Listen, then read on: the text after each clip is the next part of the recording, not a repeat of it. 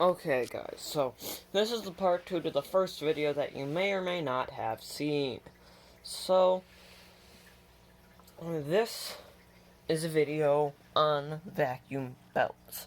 Now, in the first video, I discussed brush rolls, but now it's time to discuss what makes those brush rolls turn. And the next video is going to be on best quality, what you look for in a vacuum generally.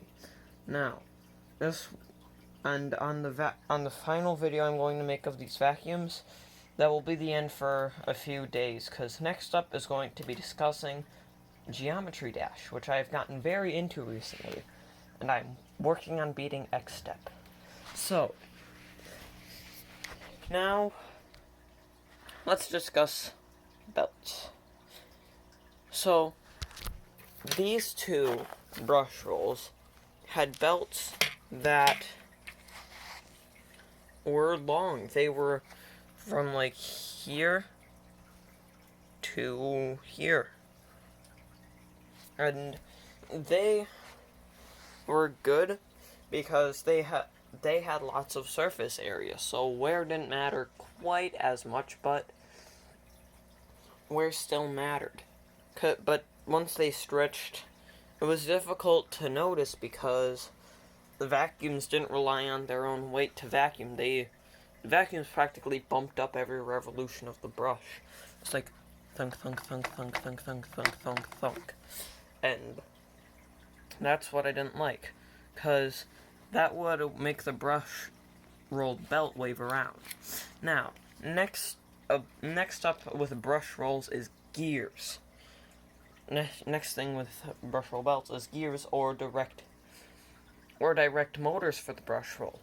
In my opinion, that's just a waste of energy, because then you could have a Kirby that just does everything with one motor. It may have low suction, but they have made tools that can rely off of airflow. So, gearing. So, it's difficult to pick a very good ratio for gears, and if the brand of vacuum cleaner that goes with those gears that work for the brush roll goes obsolete, we'll just end up having to buy a new vacuum, which can get pricey over time. And obsolete means that you'll come upon off-brand parts which cost almost as much and don't last as long. And that's bad. Whereas belts, they're rubber. They don't need to be patterned like Kirby belts do. Kirby belts don't need to be patterned, but they're good for performance. And good performance means higher quality cleaning. Higher quality cleaning means you have less sneezing happening. And that gets very annoying when you're trying to record a video. Ahem. So, with that in mind, gear ratios. You can't have... It's difficult to have a brush roll gearing where it's geared up so that the brush roll spins faster than the motor, because that means you could just do like that while it's spinning and stop it. So if that stops it, why bother? But if you have more of a negative gear ratio where instead of spinning more times in the motor, it spins less times in the motor, it gives you more agitation and more, what is the word I'm looking for?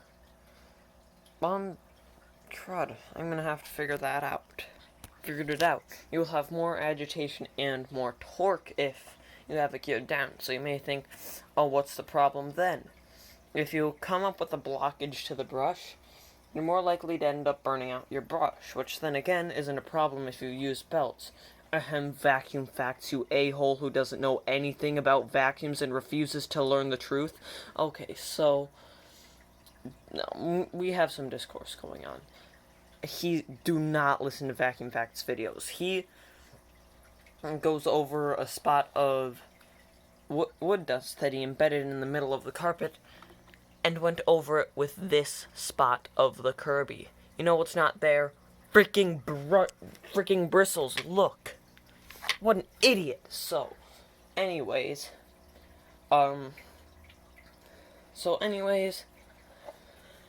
That is why you shouldn't use gears, because they wear out too. Man, my plecos are getting huge. So,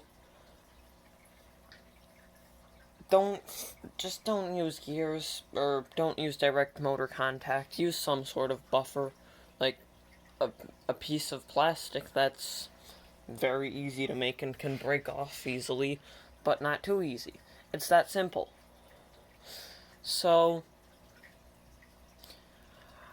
VacLab, if you end up watching this video, please find Vacuum Facts on some sort of social media and at him, so you can figure out what he's saying, because I can't do it myself. He's too stubborn. Anyways, don't mean to say anything bad about the guy himself. It's just his opinions and bad tests with vacuum cleaners need to be rectified, so I need your help. I just am very, very passionate about what vacuums I use. Anyways, I've said that like 8 times. I should really start focusing. Kirby belts, they're like this big. It's pretty nice. They're easy to unattach and reattach because they don't even use any screws. So, with that in mind,